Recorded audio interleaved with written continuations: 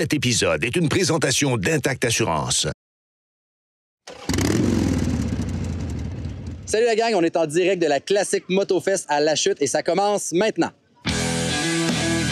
Cette émission vous est présentée par le Groupe Content.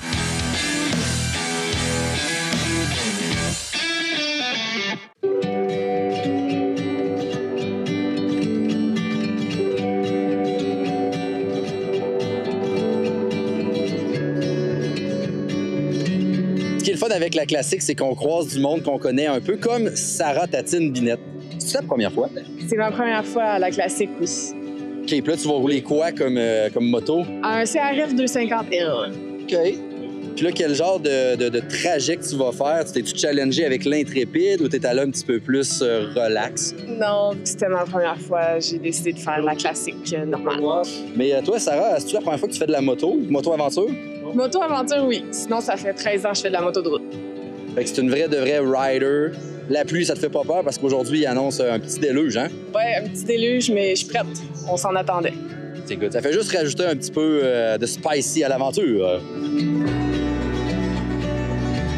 C'est-tu la première fois que tu viens à La Chute pour la C'est ma classique? deuxième classique cette année. Je suis plus ou moins débutant. Je commence à connaître plus ou moins la moto-aventure. Là, c'est ma deuxième année. Je suis bien content là, de participer à un événement comme ça, oui.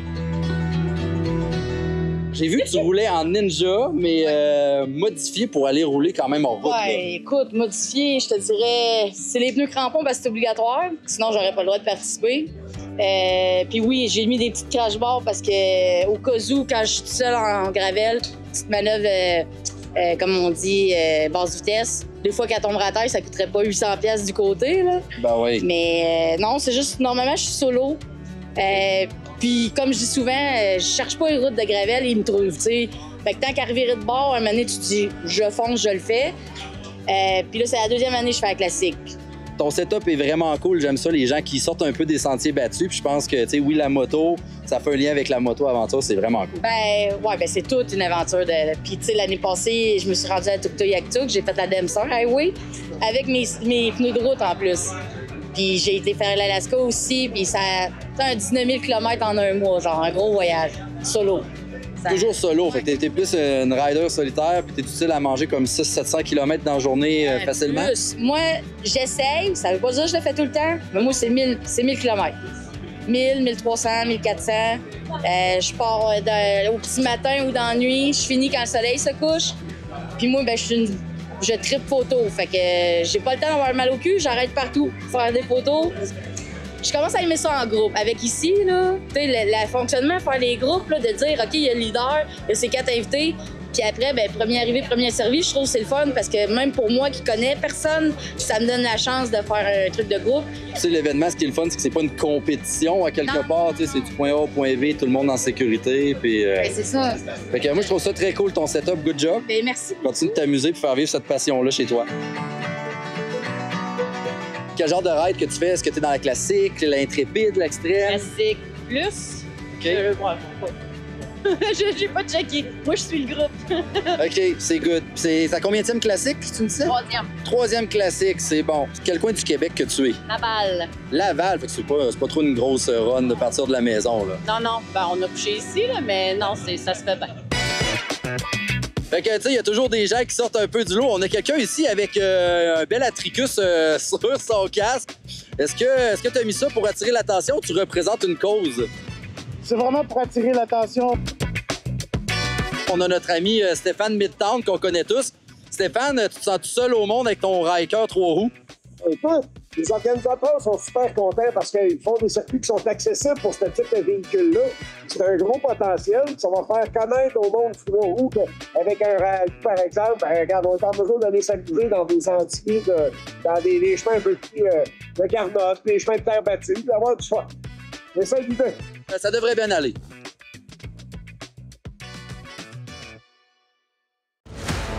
Plaisir à moto est de retour pour une nouvelle saison. Une série de 15 capsules vidéo de road trip en groupe pour sensibiliser, éduquer et influencer les conducteurs au bon comportement de conduite à adopter à moto.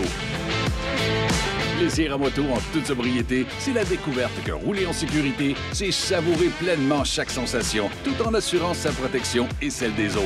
Soyez de l'aventure avec nous. Plaisiramoto.com.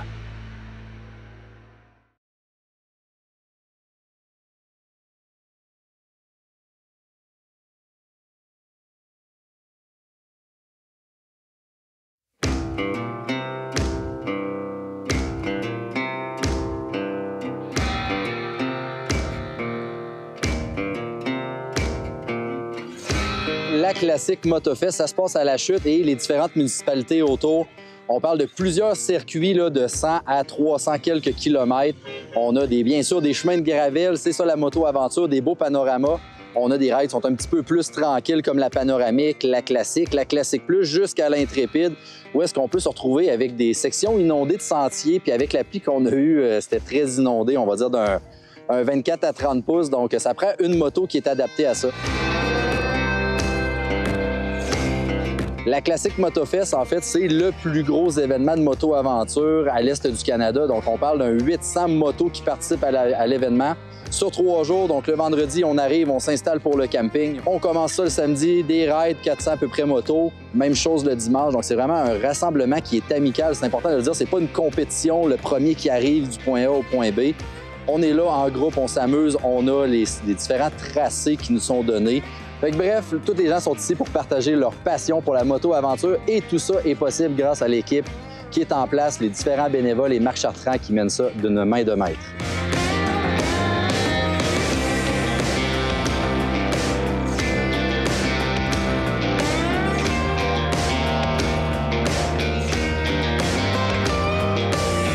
Sylvain est toujours président de la FMQ. Oui, président. On a la campagne Plaisir à moto en toute sobriété cette année. Et puis, c'est vraiment une campagne axée sur se poser la question avant de rouler, est-ce qu'on veut consommer? Exactement, alors, exactement. C'est ta combienième classique? Parce que toi, tu dois être un habitué. Ben, c'est ma 4e ou 5e, mais j'aime ça. Je lead aujourd'hui, je lead demain. Fait que des gens, on ne les connaît pas, fait qu'on se rencontre, puis on est vraiment... on fait corps, comme on dit. Good. Moi, je suis curieux, ça fait combien d'années que tu fais de la moto-aventure? Parce que là, tu es un vrai fervent. Écoute, moi, j'ai commencé, j'étais tout jeune. Et puis, j'ai toujours fait du off-road. Puis même quand je faisais de la route, j'ai tout le temps eu une moto en route dans mes pattes. L'important, c'est de faire attention à nous autres puis de rouler avec considération. C'est pas une compétition, c'est vraiment un rassemblement. C'est un rassemblement de passionnés. Puis, tu sais, on a tout le temps le crowd de route, les causers, les touring, mais l'aventure, ça englobe tout ça aussi. Puis plusieurs passionnés ont 2 motos. T'sais, ils vont avoir le gros touring, puis ils vont avoir leur moto en route ou leur moto double usage. Exact. Ben, c'est le meilleur des deux mondes. On voit une petite route, ben, on n'est pas gêné parce qu'on a un bicycle de route, on saute dedans, puis on a la machine pour. Il faut développer les habiletés, évidemment, puis y aller selon nos capacités.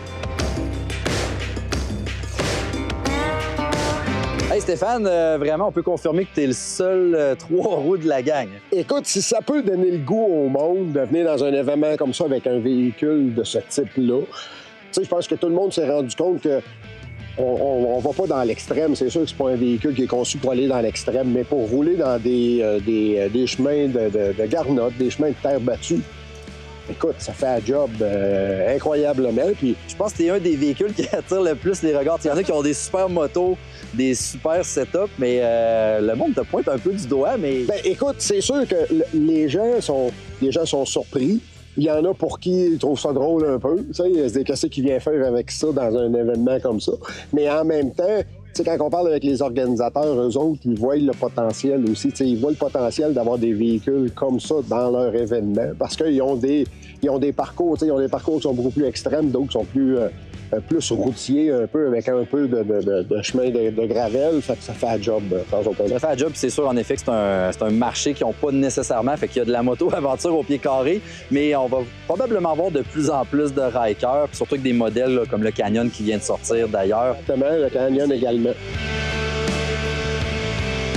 Là, on est avec les collègues, la gang de Custom Tour, bien sûr, puis vous êtes un peu des rouleux, hein? On est parti de où jeudi matin? Rivière-du-Loup? Rivière-du-Loup pour s'en venir à La Chute. Bien sûr. Pour vivre la flotte.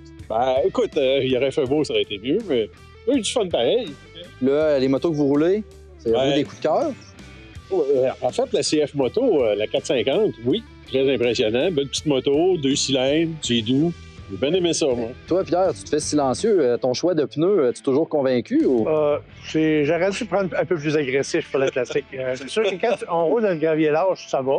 Ouais. Mais quand ça commence à être crémeux, il manque d'agressivité. Ouais, j'aime ton expression crémeux. Je pense que crémeux vient comme un peu colmater les peu de couches que tu as dans tes pneus. Hein?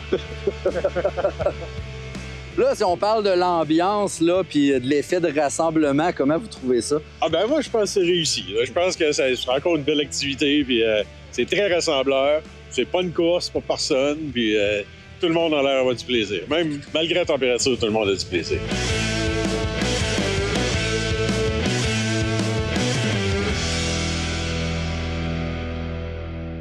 Depuis toujours, les innovations CKX sont dictées par la nature. C'est la richesse de notre territoire qui nous inspire. Notre terrain de création se rythme au changement des saisons, dessinant de nouveaux horizons. Parce que l'immensité du paysage est à explorer au-delà de l'hiver, CKX présente son tout premier casque conçu pour la moto-aventure, le Atlas. Ventilation optimale, configuration rapide, sans outils, palette extensible multiposition. Grâce à la polyvalence du casque Atlas de CKX, passer des routes asphaltées aux sentiers forestiers n'aura jamais été aussi instinctif. Explorez votre territoire. Roulez à votre rythme. Choisissez l'aventure sans frontières.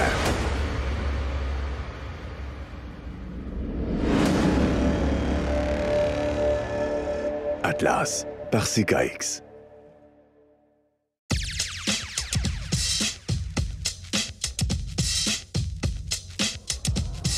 Mon background, initialement, ça part des courses de quad. J'ai fait de la course en VTT pendant vraiment longtemps. Puis je suis déménagée dans l'Ouest. Ça fait maintenant 10 ans que j'habite en Alberta. Mon temps il est entre l'Alberta et le BC beaucoup. L'été en particulier, c'est vraiment l'Alberta parce que je fais beaucoup d'adventure bike. Ça fait 2 ans que j'étais avec CF Moto durant l'été. L'année passée, j'étais sur un 800. Cette année, je suis sur le nouveau 450. Puis avec le terrain de jeu qu'on a en Alberta, c'est incroyable comment c'est le fun. Je trouve que personnellement, entre la 450 et la 800, il y a quand même une belle différence. Je trouve que les deux applications sont bonnes pour la même chose, mais différentes.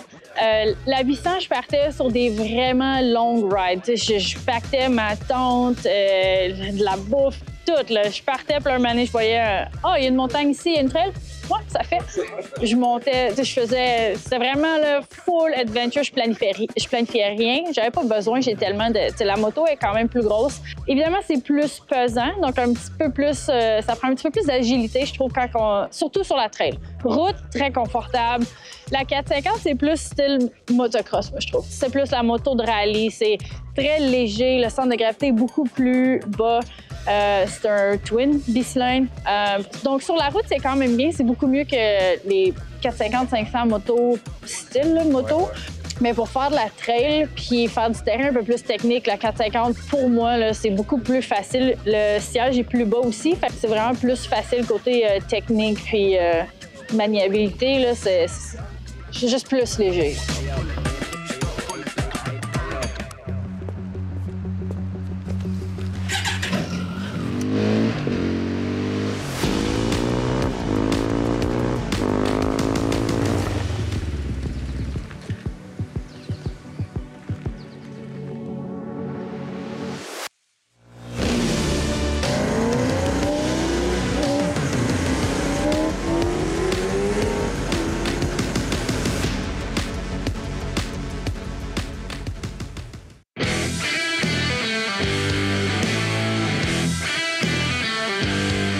Avec nous, la grosse nouveauté 2025 chez CF Moto, on a la Ibex 450.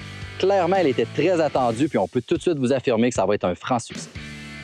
Elle possède bien sûr un look rallye qui est très affirmé. On le voit sur le devant, donc partie frontale qui est très haute pour laisser place si on voudrait mettre un GPS. Très bel écran, bien intégré. Le pare-brise, on est ajustable à l'avant. On a une aile de style motocross, donc elle ne cache pas ses couleurs. C'est vraiment une moto qui va permettre de faire de l'adventure, de sortir des chemins battus puis d'aller explorer les différentes zones de terrain de gravier, de la bouette. Puis on a tout ce qu'il faut au niveau composantes mécaniques pour y arriver. Motorisation, on a un bicylindre de 449 cc. Donc, c'est vraiment ça qui va faire la différence dans cette gamme de motos-là. Souvent, on a un monocylindre, c'est vibreux, c'est limité au niveau performance. Puis surtout, quand on arrive sur la route, cette moto-là n'a pas cette même limitation qu'on a dans les autres modèles de la compétition. Côté performance, 44 chevaux, 32,4 livres-pieds de couple. Donc, une motorisation qui en offre amplement. C'est sûr qu'on n'a pas une grosse puissance, mais c'est pas ça qu'on a de besoin dans ce style et ce gabarit de moto-là. On veut quelque chose qui est léger. Parlant de légèreté, bien, 420 livres avec cette puissance-là, ça va très bien évoluer dans le hors-route. Pour ses aptitudes hors-route, on a besoin d'une bonne suspension. CF Moto, on fait appel à KYB pour avoir à l'avant un 8 pouces de débattement, donc un 200 mm. Même chose à l'arrière, ajustable, donc dépendamment les styles de terrain escarpés qu'on va affronter, c'est parfait. Les pneus, maintenant, on a des jantes à rayons. Puis ce qui est important de noter, c'est que les rayons sont à l'extérieur du rim. Donc, si on a un bris, on n'a pas besoin de retirer le pneu. Il n'y a pas non plus de chambre à air. Donc, c'est vraiment le meilleur setup qui est possible à ce niveau-là. 21 pouces à l'avant, 18 à l'arrière. On a des pneus CST qui ont un bon mordant sans trop compromettre la route. Donc, un bel entre-deux. Dans le futur, si quelqu'un préfère aller faire du gros hors-route, bien, c'est pas trop gênant d'aller mettre des pneus à piton. Puis avec cette dimension-là, ça sera pas non plus difficile de trouver un pneu adapté. Les impressions de conduite, ce qui est important de noter, c'est la hauteur du siège. Donc, je suis quand même assez grand, puis il me reste encore beaucoup de jeux. Donc, c'est une moto qui est accessible, je dirais, à pas mal tout le monde. Malgré qu'elle a une très bonne garde au sol, on a une hauteur de siège qui est assez basse. Motorisation, on sent pas qu'on en manque. C'est sûr que quand on fait des très, très longues distances, quand je me suis venu ici aujourd'hui, j'ai fait un 300 km là, avec une portion d'autoroute. La motorisation le fournit en masse, mais il n'y a pas de cruise control, donc c'est un petit peu plus fatigant à long terme de faire de la route. Et en même temps, c'est pas son terrain de jeu, est vraiment fait pour aller faire du hors-route. Dès qu'on tombe dans les chemins de gravel, c'est vraiment là que cette moto-là va briller. On a une belle souplesse de suspension, on le voit bien. Tout est configuré pour aller explorer ces terrains-là hors route. Le freinage aussi du côté de Girouane est très bien calibré avec les différents contrôles électroniques. C'est un point fort de cette moto-là. L'assistance est là. On peut désactiver facilement, très rapidement avec un commutateur directement sur le guidon, le système d'ABS, le contrôle de la traction à l'arrière. Donc, si on veut faire des dérapages contrôlés, c'est très facile. Puis la rigidité autant du châssis de la moto en général nous permet de le faire de façon très contrôlée. Point d'amélioration maintenant, 3 détails. Le premier, le pare-brise à l'avant, très facile d'ajustement. Malheureusement, elle ne monte pas assez haut, donc on sent un peu de turbulence quand on est assez costaud sur cette moto. Autre chose, les handguards, les protège-mains, c'est joli, ça a le style aventure, mais ils sont tous en plastique, donc très flexibles. À la première chute, on risque de les perdre, donc peut-être d'avoir eu un arceau d'aluminium pour les renforcer si ça aurait été bien. Puis, dernier élément de mention, si on veut faire de la grande route, il n'y a pas de cruise control, c'est une petite mécanique, donc il faut jouer un petit peu plus. Ça demande un peu plus de concentration à long terme, donc ça serait peut-être un ajout intéressant du côté de CF Moto. En terminant, il faut mentionner que CF Moto se positionne exactement à la bonne place avec le Ribex 450. On a une moyenne cylindrée, important de noter 2 cylindres, donc beaucoup moins de vibrations qu'un monocylindre comme la compétition, et à un prix de détail tout juste au-dessus de 8 000 $ avec tout cet équipement-là, les performances qu'elle peut offrir. C'est pour ça qu'en début de vidéo, on l'a mentionné, ça devrait être un franc succès. Et bien sûr, il ne faut pas oublier de remercier CF Moto Canada pour le prêt de la moto d'essai. Suivez-nous sur les réseaux sociaux pour ne rien manquer et avoir l'article écrit complet.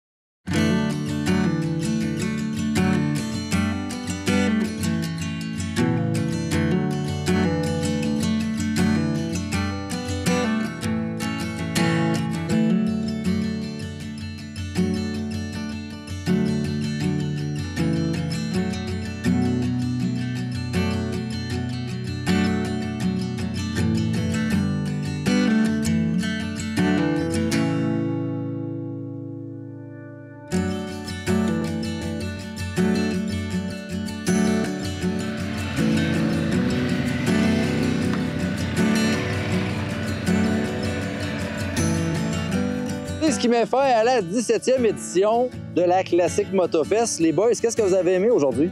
Moi, j'ai bien aimé certains tronçons là, autour du lac Simon. Là, c'était super, le paysage était beau. Beau vallon, des belles courtes. Moi, ce que j'ai aimé, c'est la camaraderie et le partage de la passion de la moto entre tous les participants et les riders. C'est quelque chose qu'on ne voit pas souvent dans les événements au Québec, mais ici, c'est fort. C'est très agréable à vivre. Ben, écoute, moi, j'ai adoré le site. Il y a de la place, il y a de l'ambiance, il y avait de la place pour tout le monde, des exposants. Vraiment cool. Honnêtement, là, c'était un mot à 10 bel événement. Ça n'a pas manqué. Là.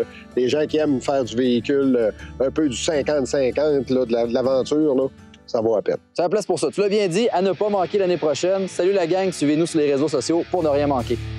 Cet épisode vous a été présenté par Intact Assurance. Le groupe Content.